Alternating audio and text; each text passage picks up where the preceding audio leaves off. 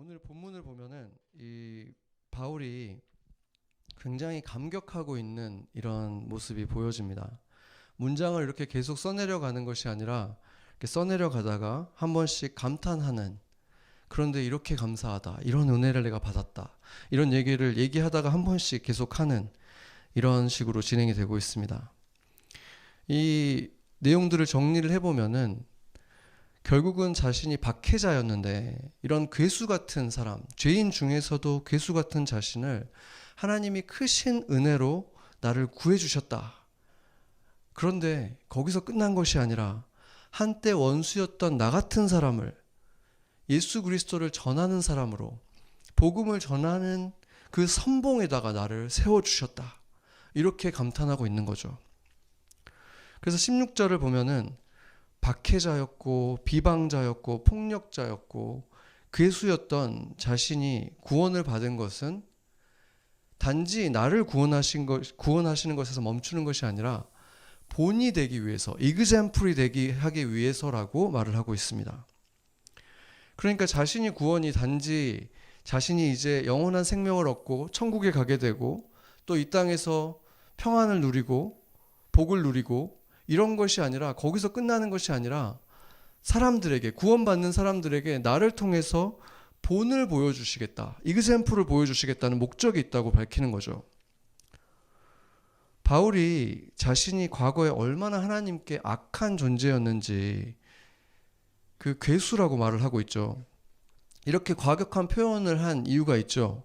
바울이 아직 사울이라고 불리웠을 때 그는 예수님과 그의 제자들을 잡아들이고 죽이려고 했던 대제사장들, 바리새인들, 유대인들과 함께 그들 가운데에서도 이 사람은 행동대장격이었어요.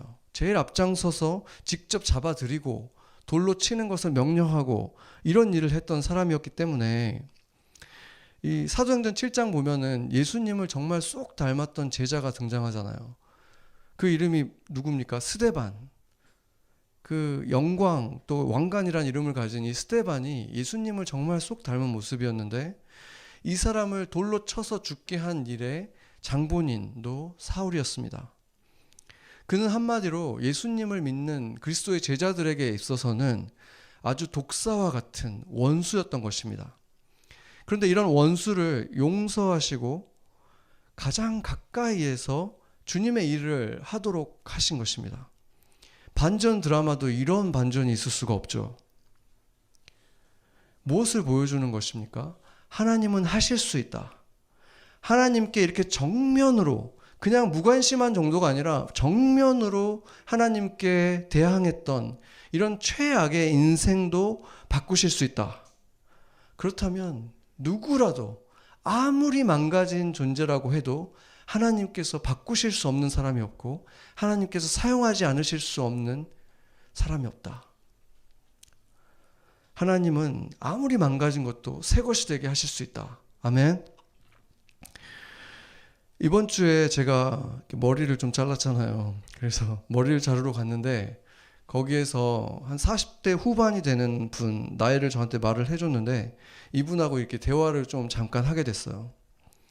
근데 그분이 저한테 처음에 말을 걸면서 대뜸 미국에서 최근에 상을 아주 많이 받은 어떤 아이돌 가수 얘기를 하면서 그 가수들이 그 한국의 이미지를 너무 이렇게 좋게 많이 만들어줘서 군대를 면제해 줘야 되지 않겠냐 저한테 막 그러더라고요. 그래서 제가 그냥 생각을 좀 해보고 언뜻 대답을 안 하니까 다시 이렇게 또 약간 격앙이 되셔가지고, 특히나 한국 남자들 이미지를 굉장히 멋있게 만들어줬기 때문에 막 뭔가 상을 줘야 되는 것처럼 이렇게 막 얘기를 하는 거예요. 그래서 제가 그런 것 같다고 이렇게 대답을 했더니 그분이 이제 뭔가 그래도 성에 안 차신 거예요. 좀 답답해 하시는 것처럼 저를 보면서 자기가 해외에 자주 나가는데 몇 년 전부터는 특히나 남미 지역이나 동유럽을 가면은 그 바 같은 데 이렇게 가면은 한국 사람이라 그러면은 젊은 여성들이 막 관심을 보이고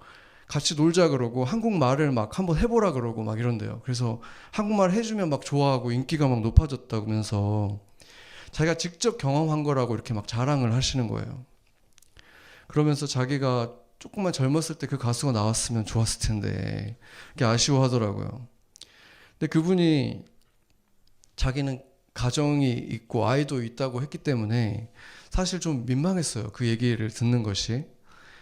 근데 잘 알지도 못하는 사람에게 당연히 공감해 줄 거라는 그런 가정하에 이런 말들을 던지는 것을 봤을 때 그 또래의 남자들이 보통 만나면 심심하면 이런 대화들을 그냥 하는 것이겠구나, 이렇게 제가 생각을 하게 됐습니다. 그리고 나서 제가 곰곰이 이렇게 생각을 해보니까 저도 오래전에 한국에 있었을 때 직장 생활하면 이렇게 일 끝나고 이렇게 한 잔씩 하잖아요. 그때 나이하고 상관없이 남자들이 주로 하는 얘기들이 대부분 그런 얘기들이었다는 사실을 제가 기억해냈어요. 지금 어느덧 제가 이제 까마득해져가지고 이렇게 기억을 해내야만 했지만 그랬었다는 것을 깨닫게 됐죠. 그러면서 제가 깨닫게 된 것이, 아마 내 인생에 예수님이 찾아오지 않으셨다면 나도 지금 또래 친구들을 만나면 그런 얘기들을 재미삼아 하고 있지 않았을까? 이런 생각을 하게 됐습니다. 그게 뭐가 그리 나쁜 일이겠습니까? 하나님이 안 계신다면, 이 인생이 전부라면, 이 몸이 죽으면 끝이라면, 이 몸이 좀 성할 때, 그 조금이라도 젊을 때 최대한 즐기면서 살아야지, 그렇게 생각하는 게 뭐가 그렇게 나쁜 것입니까? 불법이 아니라면 최대한 재미난 인생 사는 게 맞는 거잖아요. 그런데 예수님과 함께한 그 시간들 동안에 저는 너무나 달라져 있었던 거예요. 완벽한 존재라는 것이 아니라, 저는 남미와 동유럽을 생각했을 때 그분은 같이 놀고 싶은 젊은 여성들이 생각나는 것 같았는데, 저는 솔직하게 동유럽, 남미 생각하면 다 선교지들이잖아요. 정말 선교지들이 생각이 나요. 그리고 제가 예전에 어학원 다니면서 복음 전하려고 막 애썼던 터키 친구들이 생각났어요. 그리고 그 가수가 한국 이미지를 이렇게 높이고 한국어에 대한 관심이 막 높아졌다고 했을 때, 제가 만나는 목사님들이나 전도사님들이나 뭐 교회 간사님들이나 이런 사람들 만나면 제가 항상 그런 얘기 했어요. 이제는, 옛날에는 ESL 이렇게 해가지고 복음을 막 전했잖아요, 미국에서. 이제 우리가 KSL을 만들어가지고 복음을 전해야 되겠다, 이런 얘기를 제가 계속 해왔거든요. 저는 그런 것 때문에 막 기분이 좋고 고무가 됐었어요. 그 가수가 막 인기가 생겼을 때. 한국에서 미국으로 이민 와서 그럭저럭 살고 있는 중년의 남자들이라는 공통점이 있지만, 세상을 바라보는 것, 마음속의 꿈, 소망이 너무나 다른 거예요. 제가 그 사람을 뭐 깎아내리려고 한다거나 내 자랑을 하려고 하는 것이 아니라, 예수님이 살아계시기에 비슷했던 사람이 이렇게 달라질 수 있구나, 이것을 증언하는 것입니다. 예수님을 자랑하는 것입니다. 어쩌다가 저같이 죄도 많고 실수도 많았던 사람이 하나님 나라를 생각하면서 살아가는 이런 고귀한 마음을 갖게 됐을까? 영혼들이 성숙해져 가고 그들이 이렇게 자라나는 것을 볼 때 너무 뿌듯해가지고 눈물이 날 만큼 기쁘고, 마치 내 아이가 뭔가 상 탄 것처럼 내가 막 이렇게 자랑하고 싶은 마음들이 이렇게 생기는 거. 나한테 어떻게 이런 마음이 생겼을까? 교회 지체들이 서로 도왔다는 얘기들, 누가 아픈데 음식을 해다가 갖다 줬다, 이런 얘기 들으면 그냥 너무 행복한 거예요, 마음이.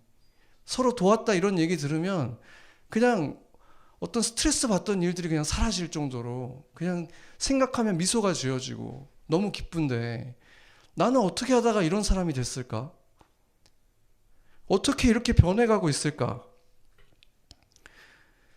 예전에 제 모습을 누구보다 제가 잘 알잖아요. 겉모습으로 어땠을지 몰라도 내 속 안에 어떤 욕망이 있었는지, 어떤 욕심이 있었는지, 어떤 생각을 하면서 살아갔는지 제가 제일 잘 알잖아요.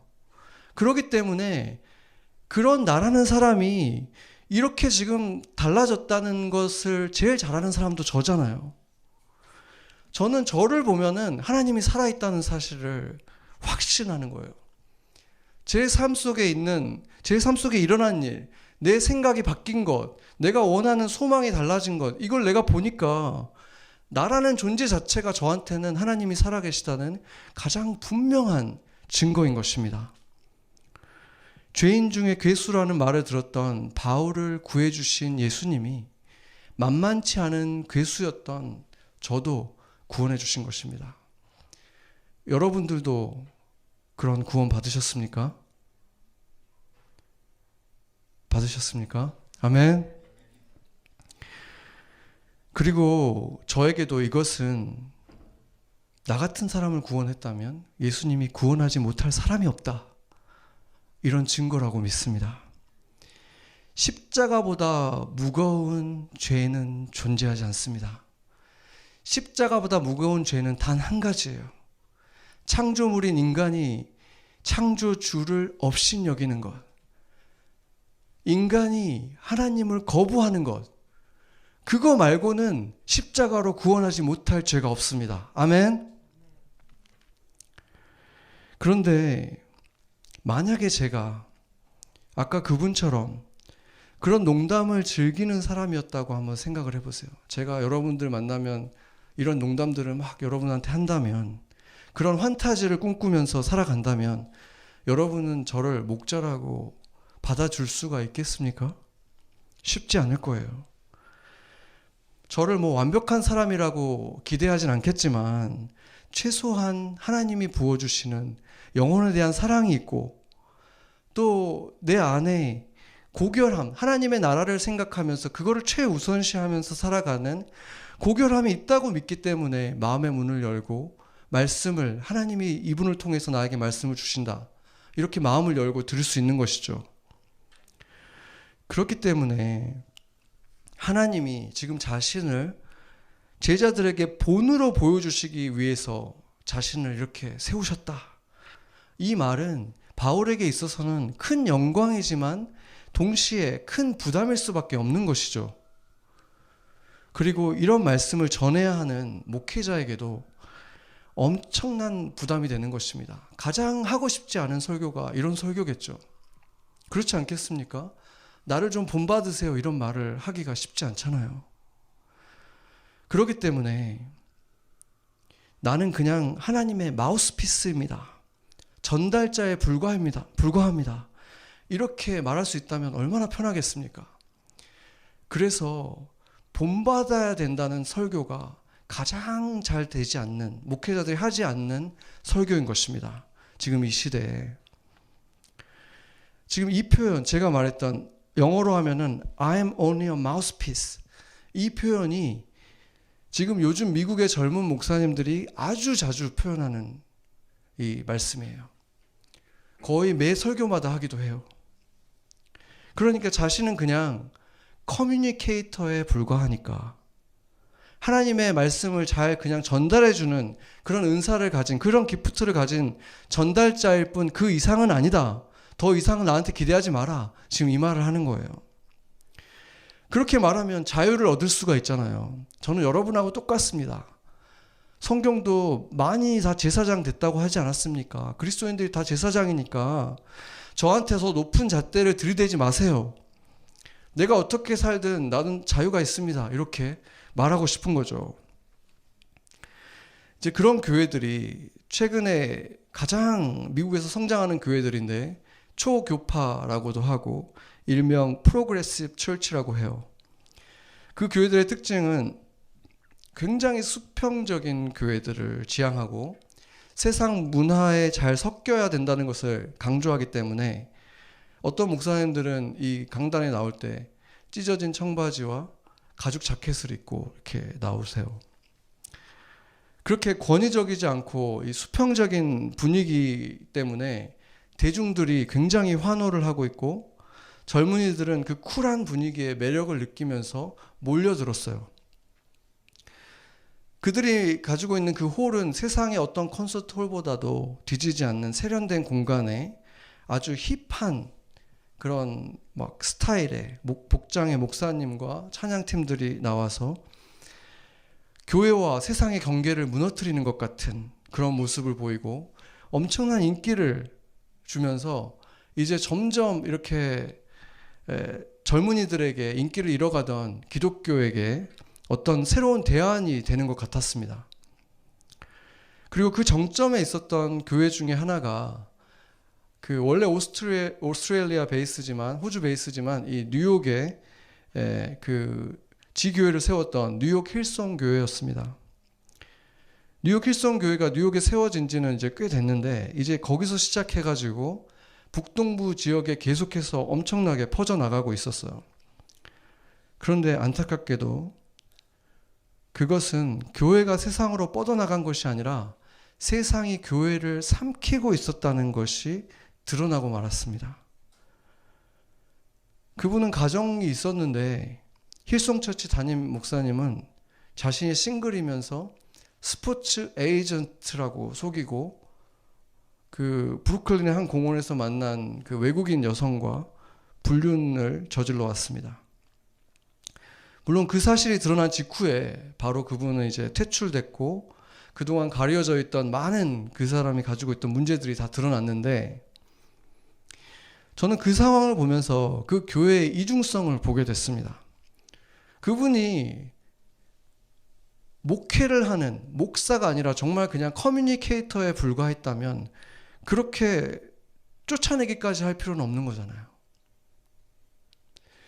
모두가 제사장이라는 의미는 우리 모두의 예수 그리스도를 믿는 사람들에게는 성령이 있기 때문에 예수 그리스도의 영이 있기 때문에 누구나 하나님께 직접 기도해서 말씀을 드릴 수도 있고 들을 수도 있고 찬양을 직접 할 수 있고 그렇다는 의미이지 구약의 제사장들이 주로 이루었던 레위 지파도 지파장이 있었고 제사장들 가운데에도 대제사장이 있었습니다. 대표성을 갖는 사람들이 있었다는 거예요. 그리고 그들의 책임은 당연히 더 막중했고 더 거룩한 삶이 require 됐습니다. 그런데도 자신들은 마우스피스, 단지 전달자에 불과하다고 규정하는 그런 목사들은 내부적으로는 모든 권력을 다 누리면서도 무거운 책임만을 회피하려고 하는 비겁한 거짓말을 하고 있는 것이죠. 그런데 예수님은 제자들에게 말로만 하는 마우스피스가 되라고 하신 적이 없습니다. 도리어 말로만이 아니라 너희가 예수님을 따라서 삶으로 살아가라. 본을 보이면서 제자를 삼는 제자가 나의 제자들이다. 이렇게 말씀하셨습니다. 그런데 또 그 아까 프로그레시브 철치들과는 정반대로 미국에 있는 일부 오순절계 교회들과 한국의 교회들 가운데에는 정반대로 마치 목사님만 하나님과 더 특별한 소통을 할 수 있는 존재인 것처럼 신과 인간 사이에 있는 어떤 중재자인 것처럼 직접 말을 하진 않더라도 그런 분위기를 만들고 있는 교회들이 또 많이 있습니다. 제가 전에 말한 적 있듯이 예배당에서 목사님 가까이 있어야지 가장 많은 어떤 그 영적인 복을 받는다. 이런 신도들이 모여있는 그런 교회들입니다. 그런 교회 목사님들은 그 영이 이렇게 있기 때문에 베일에 좀 쌓여 있어야 되고 엘리베이터도 따로 사용하셔야 되잖아요. 우리 모두는 이제 제사장이 되었습니다. 그러니까 모든 그리스도인들은 제사장답게 살아야 돼요. 여러분이 레위기를 읽어보면 알겠지만 이스라엘 백성들에게 똑같은 것을 요구하지 않았어요. 이 레위인들 제사장들에게는 더 엄격한 율법을 요구했다는 것은 율법을 다 지켜야 된다는 것이 아니라 그만큼 그리스도인들은 세상 사람들과 좀 다르게 거룩하게 살아야 될 책임이 있다는 것입니다. 그러나 그 중에서도 목사라고 하는 특별한 부르심을 받고 그 자리에 서 있는 저와 같은 사람들은 자신을 더 돌아보고 더 거룩한 삶을 살아야 되는 책임이 따른다는 것입니다. 고린도전서 4장 15절 16절을 한번 같이 한번 읽어보겠습니다. 그리스도 안에서 일만 스승이 있으되 아버지는 많지 아니하니 그리스도 예수 안에서 내가 복음으로써 너희를 낳았음이라. 그러므로 내가 너희에게 권하노니 너희는 나를 본받는 자가 되라. 아멘.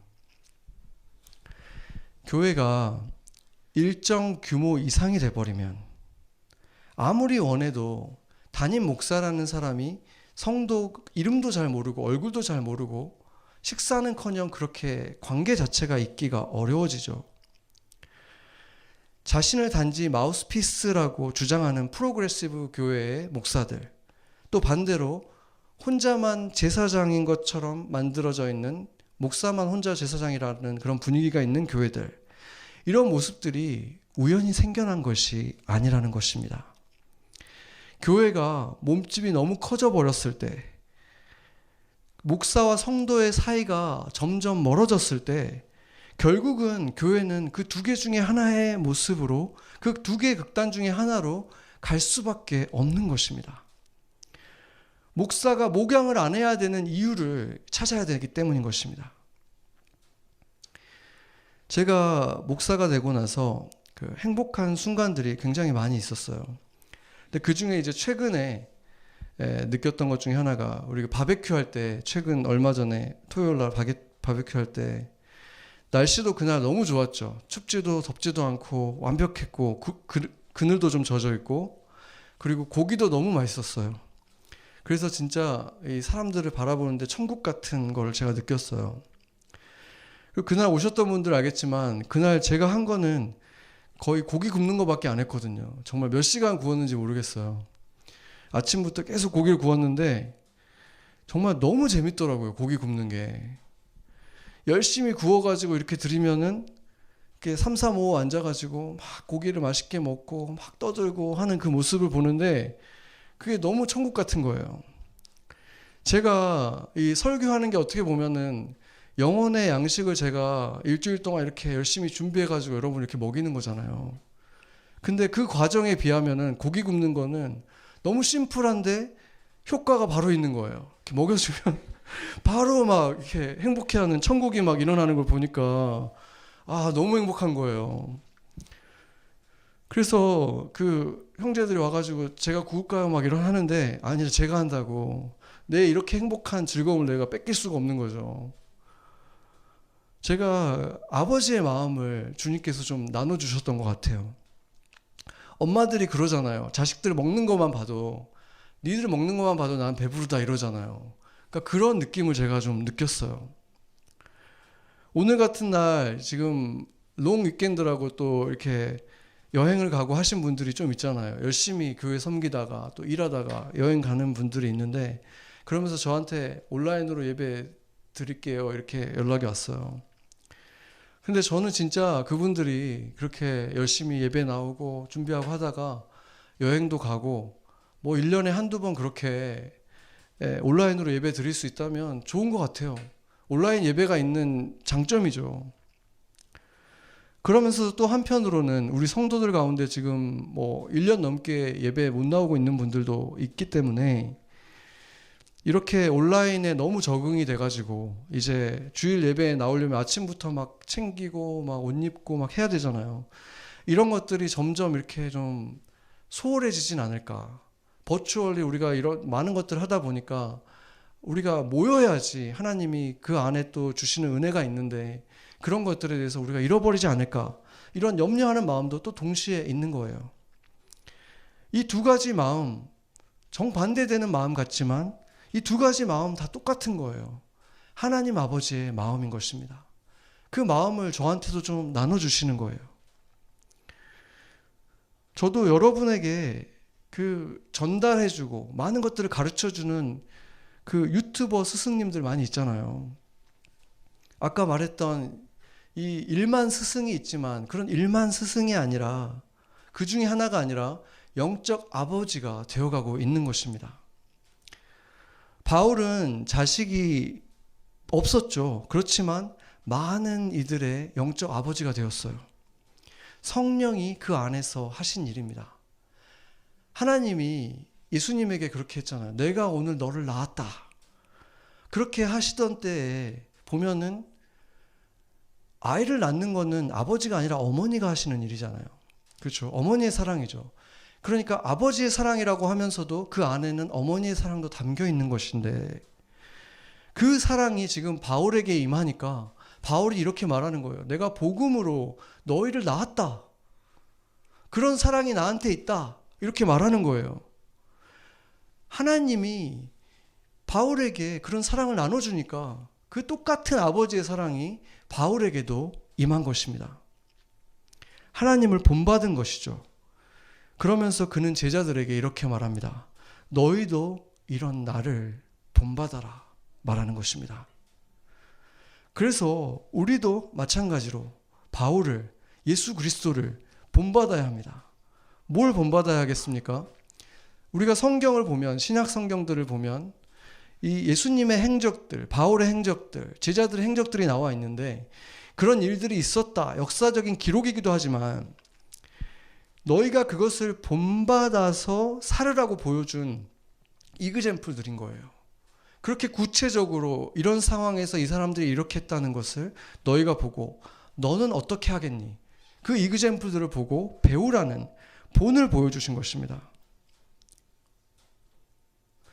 약자들을 멸시하지 않고 존귀 여겨주신 모습이 있었고, 사람을 차별 없이 사랑하신 모습이 있었고, 즐거운 일에 함께 기뻐하시고 우는 자들과 함께 울어주신 모습, 꾸짖어야 할 때 꾸짖고 그러나 또 한없이 용서하는 그런 모습을 우리에게 보여주셨죠.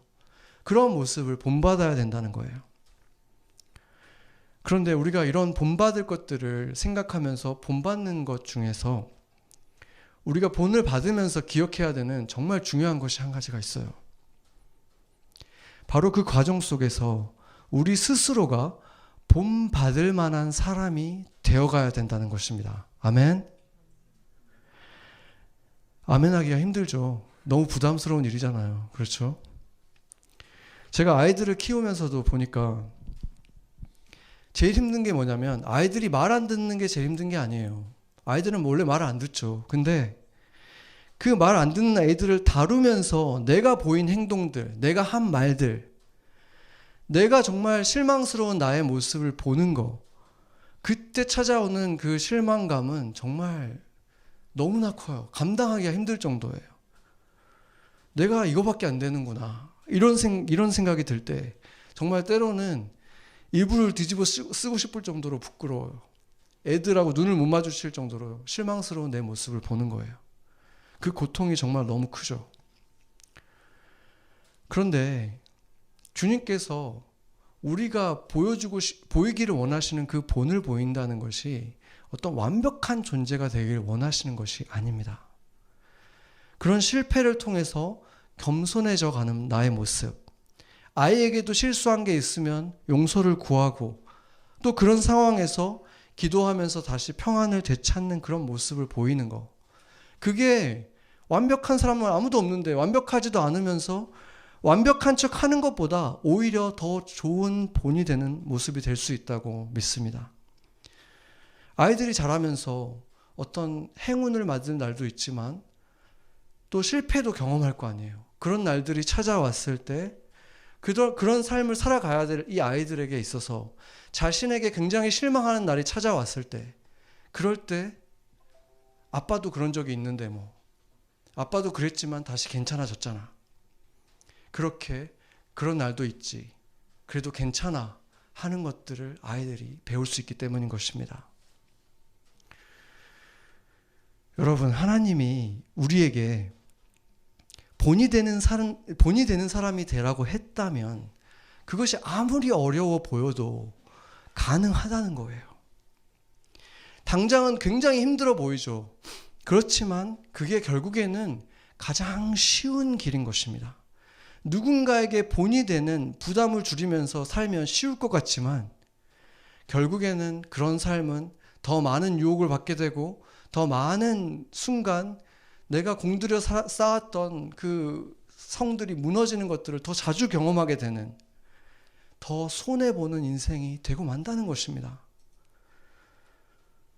그렇기 때문에 여러분은 여러분에게 보내준 사람들에게 본이 되는 사람이 되십시오. 아멘. 나이가 더 많던 적던, 보스이던 후배이던 그들에게 본받을 만한 사람이 되십시오. 그게 살 길이에요. 그게 나를 지켜주고 내가 살아가는 힘이 되는 것입니다. 그게 세상에서 나에게 찾아오는, 끝없이 찾아오는 유혹들과 공격들로부터 여러분을 지켜줄 것입니다. 영적인 전염병들로부터 우리를 지켜줄 것입니다. 아멘. 서로 정반대이면서도 프로그레시브 교회들의 그 커뮤니케이터라고 말하는 그 목사들과 제사장 목사들에게 공통적으로 일어나는 그 충격적인 스캔들들이 우연이 아니라는 것입니다. 그들이 목사답게 살아가기 위해서 삶을 드러내면서 거룩한 삶을 추구하기 위해서 그렇게 살아갈 때 거룩한 부담 속에서 살아가지 않았기 때문이라는 것입니다. 그래서 저는 말씀을 전달만 하는 마우스피스가 아니라 여러분 모두에게 부족하지만 삶의 한 부분이라도, 조각이라도 본이 되기 위해서 애쓰는 삶을 살아가는 목사로 살아갈 것입니다. 그렇게 살아가는 것이 쉽지 않겠지만 내가 그렇게 살아가야만 내 영혼도 더 안전해지기 때문인 것입니다. 본문에서 죄인 중에 괴수라고 자신을 말할 때 바울은 과거형을 쓰지 않았습니다. 현재형을 썼어요. 그러니까 지금 디모데서는 거의 그의 사역의 말년쯤에 쓰인 편지 중에 하나인데, 그렇게 가진 고생을 하면서 그리스도를 위해서 살아간 성인 중에 성인이고 예수님을 가장 닮았던 사도가 내가 지금도 괴수다라고 얘기하고 있는 거예요. 하나님의 은혜가 없이는 지금도 나는 괴수다, 이렇게 말하고 있는 거예요. 이게 얼마나 우리에게 큰 위로가 되는 일입니까? 우리가 구원을 받았는데, 하나님의 자녀가 되었는데 여전히 괴수 같은 나의 모습을 볼 때 수치심을 느끼고 여전히 유혹에 넘어졌을 때 부끄러울 때가 있죠. 그렇지만 소망이 있다는 거예요. 여전히 죄인의 모습이 있을 수 있다는 거예요. 본이 되기는커녕 그리스도인이라고 밝히기도 부끄러운 모습이 있을 수 있다는 거예요. 그런 모습이 적어질 수는 있어도 여전히 남아있다고 해도 소망이 있다는 것입니다. 죄인 중에 괴수인 이런 사람도 사도가 되게 하실 수 있는 분이 바로 하나님이시기 때문인 것입니다. 아멘. 그런데 여러분 가운데 오랫동안 조금씩 그 모습이 사라져가는 것이 아니라 제자리 걸음을 계속하고 있다면, 성장을 하지 못하고 있다면 오늘 말씀 12절을 유심히 살펴봐야 됩니다. 바울의 어떤 점이 그를 그렇게 겸손하면서도 계속해서 하나님의 엄청난 일들을 해나갈 수 있고 자신에게 여전히 남아있는 죄성들을 이길 수 있는 능력을 주었는가? 그 엄청난 일들을 어떻게 해낼 수 있었는가? 여전히 죄인이라고 하면서도 어떻게 그 많은 유혹들을 이겨냈을까? 그 답이 여기에 있는 것입니다. 12절을 보면, 12절 한번 보여주세요. 네, 같이 한번 읽어보겠습니다. 나를 능하게 하신 그리스도 예수 우리 주께 내가 감사함은 나를 충성되이 여겨 내게 직분을 맡기심이니. 아멘. 자기를 능하게 해주신 분이 주님인데, 나를 능하게 하셨고 직분을 주신 주님이 나한테 주신 이유가 뭐냐면 나를 충성되이 여겼기 때문이다. 이 충성되다는 말이 신실하다는 뜻이 되고 faithful하다는 뜻이 되고 충성스럽다는 뜻인데, 이 사람이 뛰어난 사람이기 때문이 아니라는 거예요. 대단한 사람이라서가 아니라, 능력 때문이 아니라 태도 때문이라는 거예요. 충성스러움은 능력이 아니잖아요. 충성스러움은 태도예요.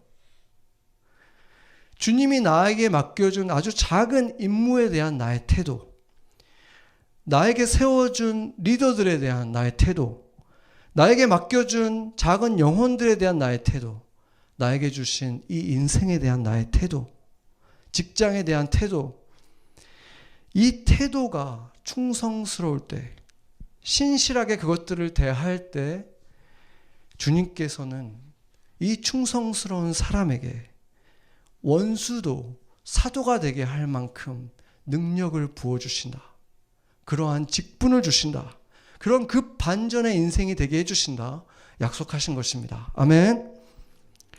여러분이 수천 편의 명설교를 드려도 수많은 고품질의 성경 공부를 졸업했어도 주님께 충성스러운 태도가 없기 때문에 마음의 변화, 가치관의 변화, 삶의 변화가 더디고 제자리 걸음인 것입니다.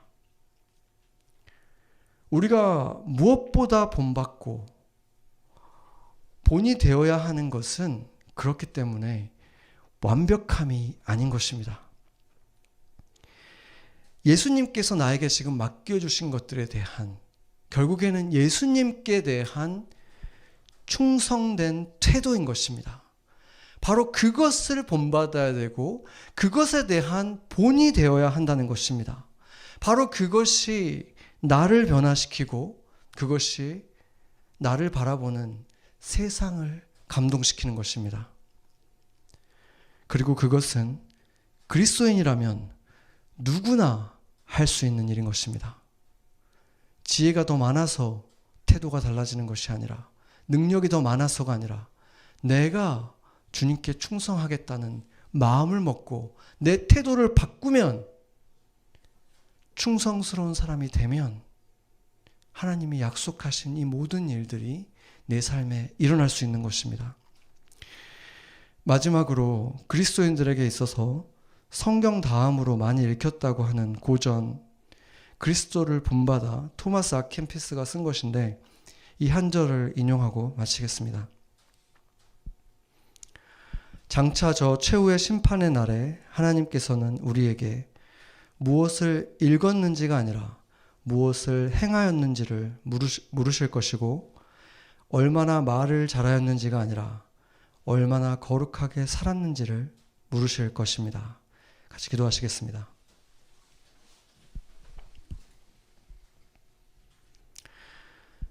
하나님, 교만과 야망, 그리고 숨겨놓은 두려움 속에 살아갔던 우리를, 예수님에게는 참 어울리지 않았던 우리를 찾아와 주셔서 감사합니다.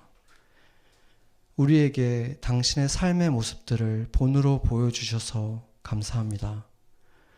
예수님은 아버지께 죽기까지 충성하셨습니다. 우리는 불가능하다 하지만 우리 안에 계신 예수님의 영에게는 예수님을 본받아 사는 것이 가장 자연스러운 일이라 하십니다. 그렇게 우리가 새롭게 되기를 원합니다. 본을 받고 본이 되는 우리가 되게 하여 주시옵소서. 우리를 둘러싼 세상의 이웃들이 우리를 통해 예수님 당신을 보게 하여 주시옵소서. 하나님이신 분이 우리의 본이 되시기 위해 친히 육체를 입고 가난한 몫으로, 청빈한 스승으로, 영적 아버지로 충성스럽게 살아가신 우리 주 예수님의 이름으로 기도합니다. 아멘.